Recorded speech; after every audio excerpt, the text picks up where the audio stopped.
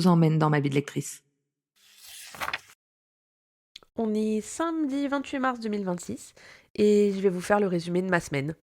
Les microbes m'ayant attaqué dès dimanche dernier, j'ai passé ma semaine quasiment clouée au lit. Et le bon côté, c'est que du coup, j'ai pu quand même terminer 3 livres. Donc c'est pas mal pour une semaine.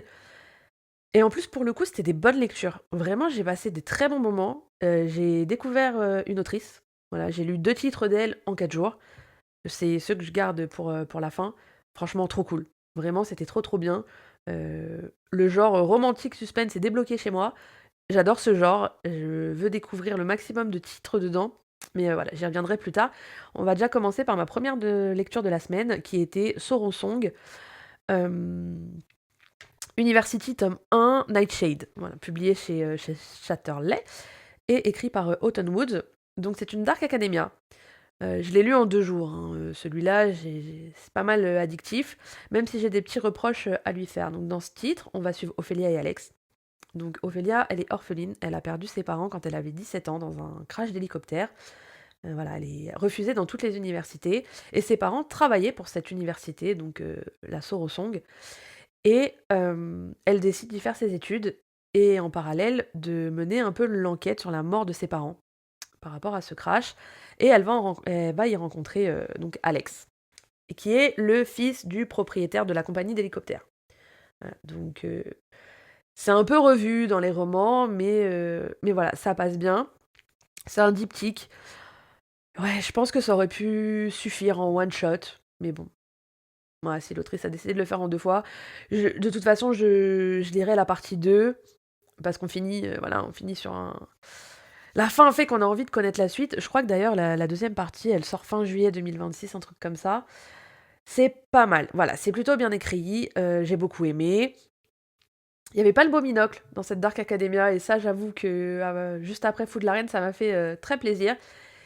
Il y a des clichés, voilà, il y a 2, 3 clichés du genre. C'est pas grave, on y va aussi pour ça. Ce qui m'a un peu dérangé, c'est le côté mafia. Alors, pas mafia en tant que tel, les livres avec la mafia ne me dérangent pas. C'est qu'en fait, dans cette université, c'est les enfants de politiciens, d'hommes très riches, de chefs mafieux. Et pour l'histoire, j'ai pas eu cette impression que le côté mafia avait un intérêt. Voilà. Je pense que ça a eu un intérêt pour la vente de livres, mais pas forcément un intérêt pour l'histoire. Peut-être à 1 ou 2 moments, le côté mafia a peut-être eu son intérêt, et encore, avec un peu de réflexion, ouais, je suis persuadée que ça aurait pu être remplacé par quelque chose d'autre. Le dénouement, je l'ai un peu vu venir. On s'en doute un peu. Mais c'était pas mal fait pour le coup. Il faut, voilà, que chacun se fasse son avis, mais franchement, c'est une bonne lecture. Voilà, si on aime le genre Dark Academia, c'était pas mal. Franchement, c'était très bien. J'ai passé un très bon moment. Et ensuite, j'ai enchaîné avec 2 titres de Catherine Coles. Je n'ai aucune idée de comment ça se prononce. J'ai vraiment un accent de merde. Et ce sont 2 romantiques suspense. Et j'ai adoré. Donc le premier titre, c'est Au-dessus des nuages. Alors j'ai commencé par celui-ci parce qu'en fait, j'ai vu un autre titre passer aux éditions Verso et qui me faisait très envie. Sachant que le mois dernier, j'ai un peu pété le budget e-book, je me suis dit, bon meuf, essaye de voir s'il n'y a pas un titre de l'autrice disponible dans l'abonnement Kindle, pour voir déjà si la plume, elle te plaît. Et donc, il y avait le titre Au-dessus des nuages. Et ben, c'était vachement bien. Et c'était vachement addictif. Et top.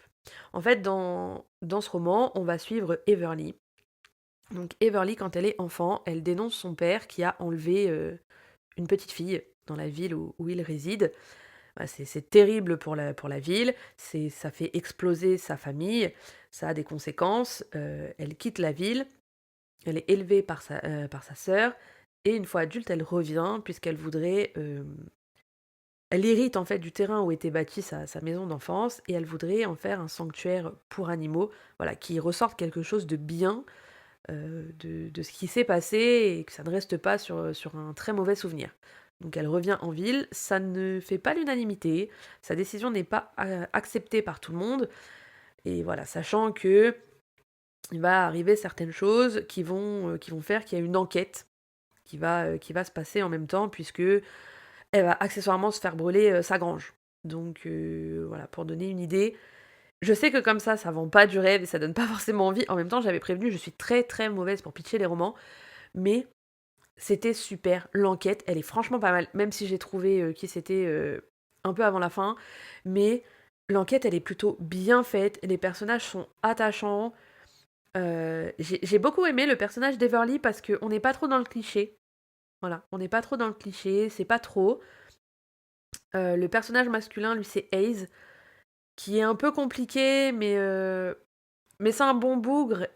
Et honnêtement, on passe un très très bon moment de lecture. Voilà, si on aime le genre romance, qu'on aime le suspense, mais voilà, si on n'a pas envie de se lancer que dans une romance simple et que bah, on n'a pas forcément envie de se taper un thriller ou un super truc policier gore, je trouve que c'est un bon compromis et ça match hyper bien.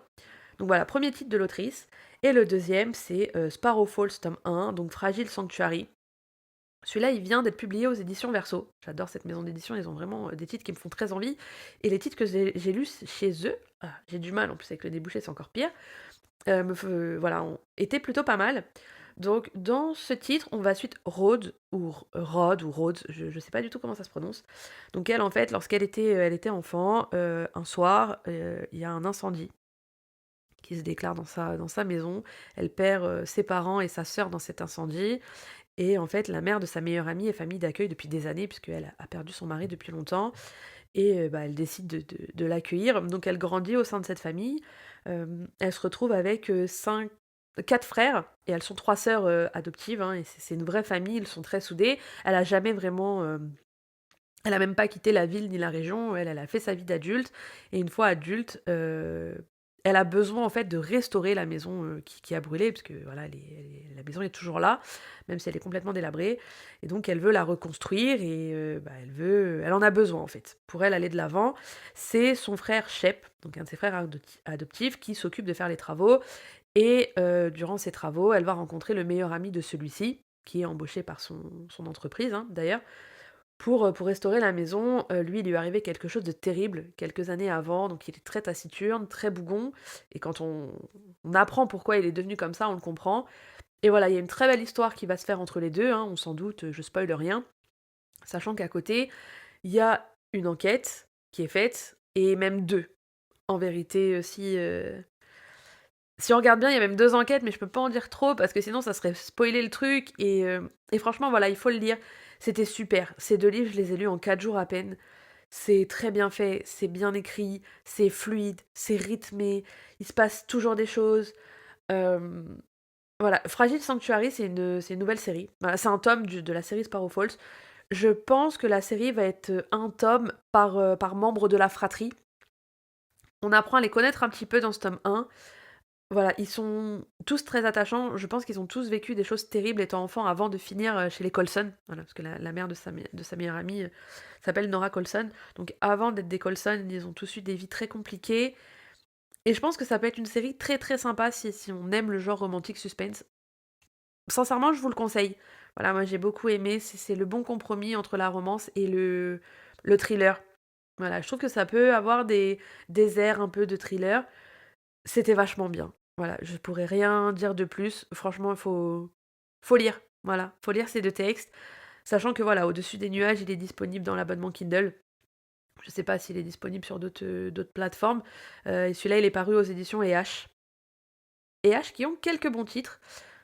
D'autres un peu moins, mais certains voilà, il y a quelques titres qui sont sympas. Mais voilà, Catherine Coles, franchement top. C'est une autrice que je vais suivre. Elle a déjà publié beaucoup de romans, puisque c'est une autrice anglophone. Il y en a que deux, de ce que j'ai vu traduit.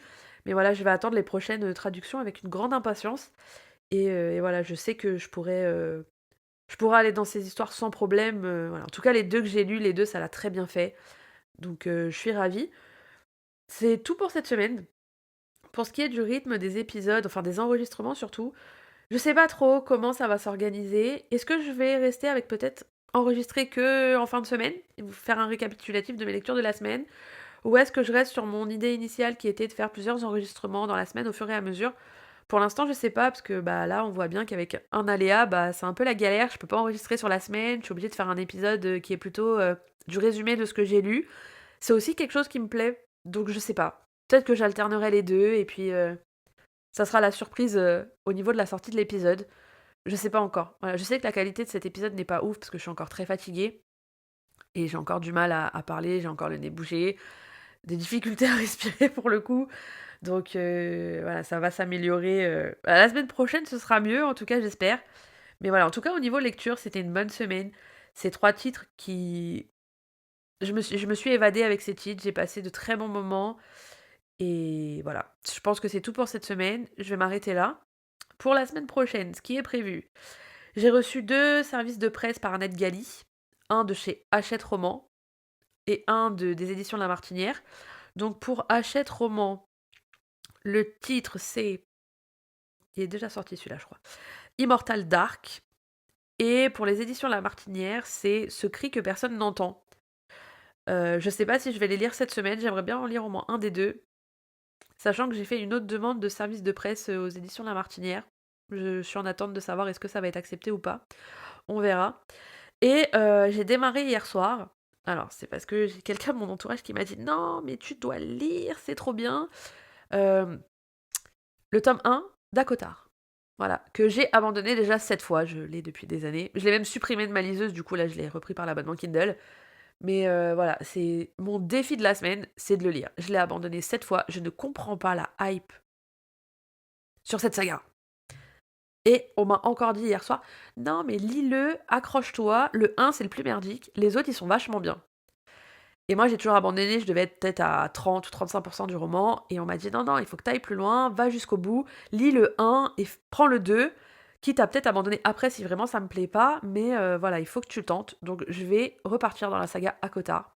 J'espère que ça ne sera pas mon 8e abandon, mais je pense que cette fois si je le lis pas jusqu'au bout, franchement j'arrête. Mais c'est le défi de la semaine.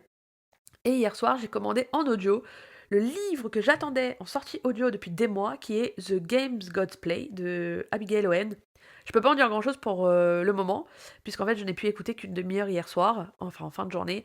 Donc voilà, je pense que je vous ferai plus un débrief de celui-là dans le prochain épisode.